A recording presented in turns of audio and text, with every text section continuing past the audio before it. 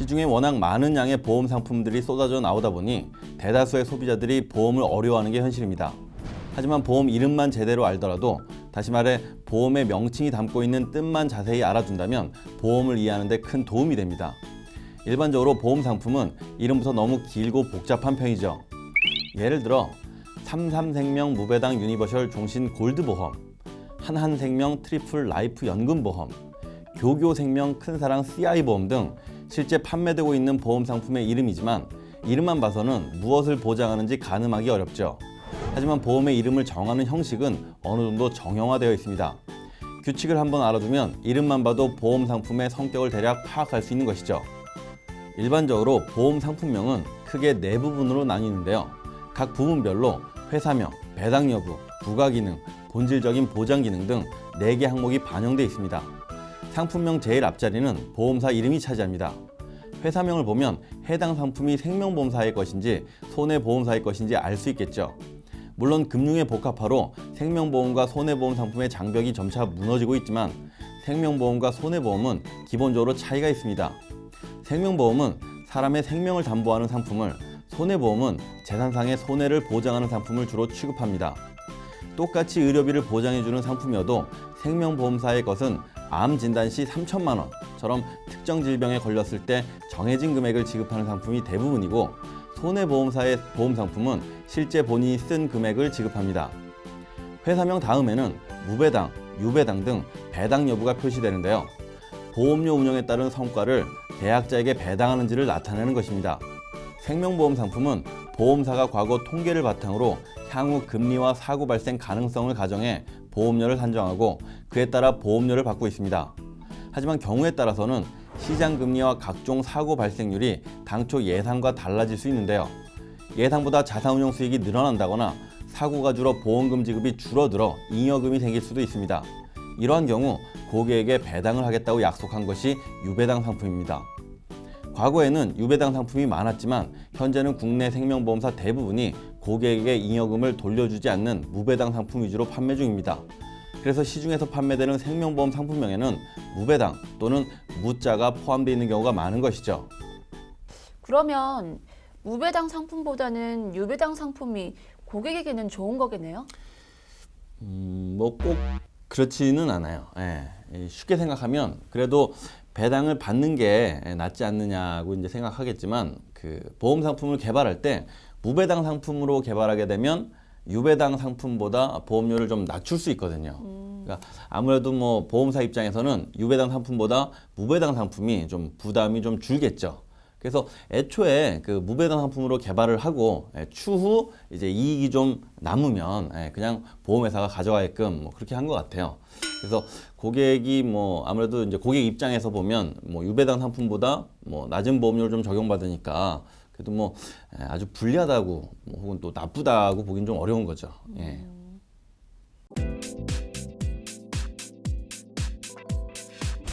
셋째는 부가기능입니다.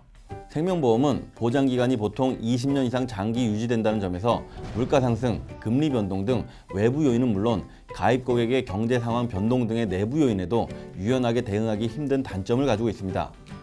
그래서 최근에 출시되는 생명보험 상품들은 이런 단점을 극복하는 다양한 부가기능을 도입하고 있는데요. 우선 변액은 계약자가 납입한 보험료 중 일부를 주식과 채권 등에 투자하는 펀드의 투입, 운용 실적에 따라 고객에게 투자 이익을 배분하는 실적 배당형 보험을 의미합니다. 운영 실적에 따라서는 시중금리를 웃도는 수익을 얻을 수 있어 물가 상승 위험을 해지할 수 있는 반면, 실적이 악화되면 손실을 볼 위험이 있는 것이죠. 이 보험 중에 이 변액보험, 이 상품이 사실은 뭐 과거 한 2000년대 중반 이후부터 이제 보험 상품의 대세로 좀 자리 잡았었는데요. 좀 주의할 부분이 있어요. 예전에는 그 우리가 이제 가입하는 보험 상품들은 이제 금리 상품이었잖아요. 그죠?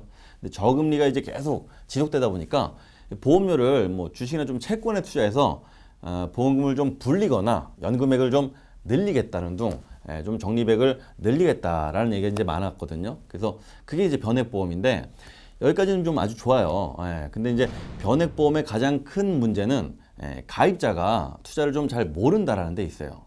그러니까 가입할 당시에는 뭐 보험사나 보험 설계사 말을 듣고 그래 맞아 저금리 시대인데 뭐 그래도 좀 주식이나 채권에 투자하는 게 좋은 대안 아니겠어? 이렇게 생각하고 이제 가입을 하는데 막상 이제 변액보험 가입하고 나면 사실은 이제 투자할 수 있는 다양한 펀드들 중에서 어떤 펀드에 투자해야 하는지 아는 사람이 사실 거의 없다는 거예요.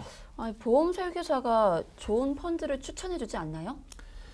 사실 이제 그게 또 문제인데 그 보험 설계사도 어떤 펀드를 좀 시기 적절하게 추천해 줄지 모르는 경우가 많거든요.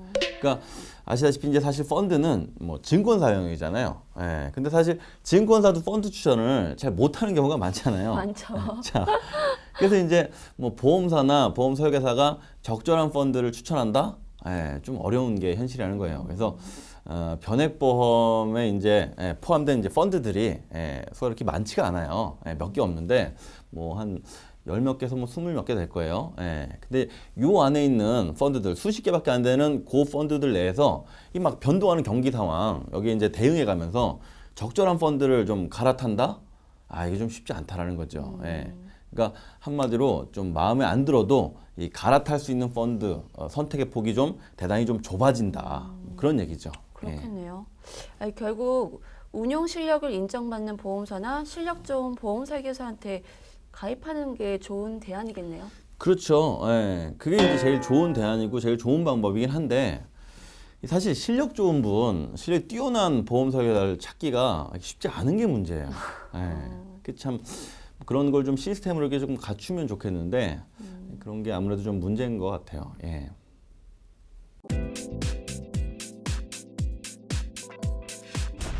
또 유니버셜 또는 UL이라는 단어가 들어가면 보험료 납입을 자유롭게 할 수 있음을 의미합니다. 기존 보험은 월납, 연납, 일시납 등의 정해진 방법으로 보험료를 내야 했습니다. 하지만 유니버셜 기능을 가진 상품은 의무 납입 기간 이후에는 잠시 보험료 납입을 중단할 수도 있고 일정 한도 내에서 추가로 더 낼 수도 있습니다. 또 거꾸로 중도에 인출할 수도 있습니다. 넷째는 본질 보장 기능입니다. 보험 이름의 마지막에는 보험이 보장하고 있는 본질적인 내용이 담겨 있습니다. 연금이나 교육, 상해보험은 비교적 익숙한 편이지만 생명보험 상품에 들어있는 종신, 정기, CI 등의 단어는 이해하기가 쉽지 않은 편이죠. 하지만 이 세 단어는 모두 생명보험의 본연의 기능인 일반 사망을 보장하고 있는 것입니다. 보장 기간에 따라 고객이 평생 아무 때나 어떻게 사망해도 사망보험금을 보장해주는 상품에는 종신이라는 이름을 붙입니다. 또 사망을 보장해주되 50세나 60세까지 또는 20년 등 특정 기간을 정해 사망을 보장해줄 때는 정기를, 치명적 질병이 발생했을 경우 사망보험금 일부를 치료비 쪽으로 미리 지급해줄 경우에는 CI를 상품명에 포함하고 있는 것입니다. 한편 일부 상품에는 보험 설계사 이외에 은행이나 텔레마케팅을 통해 판매되고 있다는 것을 의미하는 방카나 다이렉트 등의 단어가 붙기도 합니다. 방카 상품은 뱅크와 어슈어런스의 합성어로 은행에서 판매하는 보험 상품을 말합니다. 이런 상품은 보험회사에서 은행에 판매를 의뢰한 상품으로 은행 창구를 통해 가입할 수 있는 상품이죠. 은행의 접근성에 힘입어 방카슈랑스 판매가 지속적으로 늘고 있는 추세입니다. 또한 상품명에 다이렉트가 표시된 상품은 인터넷 전용 보험이라는 뜻입니다. 즉 설계사를 통해서는 가입할 수 없고 인터넷으로만 가입할 수 있는 상품으로 보험료가 저렴한 편입니다. 이런 상품의 경우 전화로만 가입하는 텔레마케팅 전용 보험과 겸용하는 경우가 많습니다. 이처럼 굳이 보험의 보장 내용을 일일이 확인하지 않더라도 보험 상품명을 통해서 얼마든지 보험의 특징을 대략 알아낼 수 있습니다. 따라서 상품명만으로도 전문가를 통하지 않고 충분히 상품의 성격을 알 수 있는 것이죠. 이 다이렉트 보험 있잖아요. 이 다이렉트 보험을 좀 잘 활용하는 거, 이게 소비자 입장에서는 좀 보험료를 좀 줄일 수 있는 좀 그런 유리한 측면이 있어요. 그 다이렉트란 말처럼 보험사와 소비자가 직거래하는 개념이거든요. 중간에 이제 유통 채널이라고 할 수 있는 뭐 보험 설계사나 뭐 보험 대리점, 뭐 홈쇼핑 이런 것들을 좀 끼지 않고 그냥 다이렉트로 가입하는 거다 보니까 아무래도 뭐 유통 마진을 좀 줄일 수 있지 않겠어요, 그죠?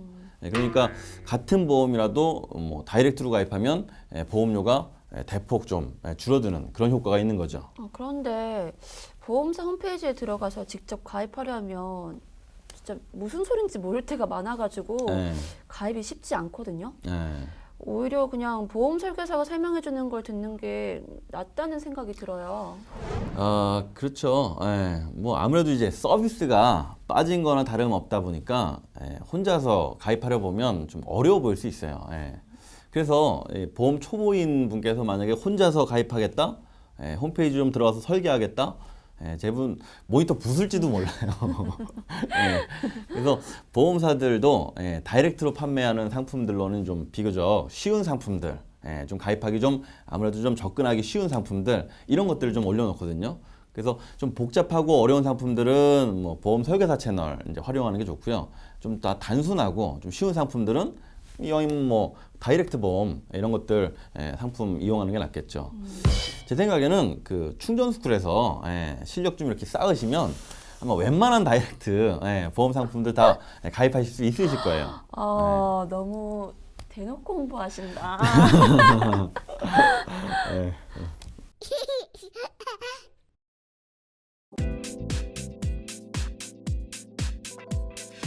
은행은 날씨가 맑을 때 우산을 빌려준다.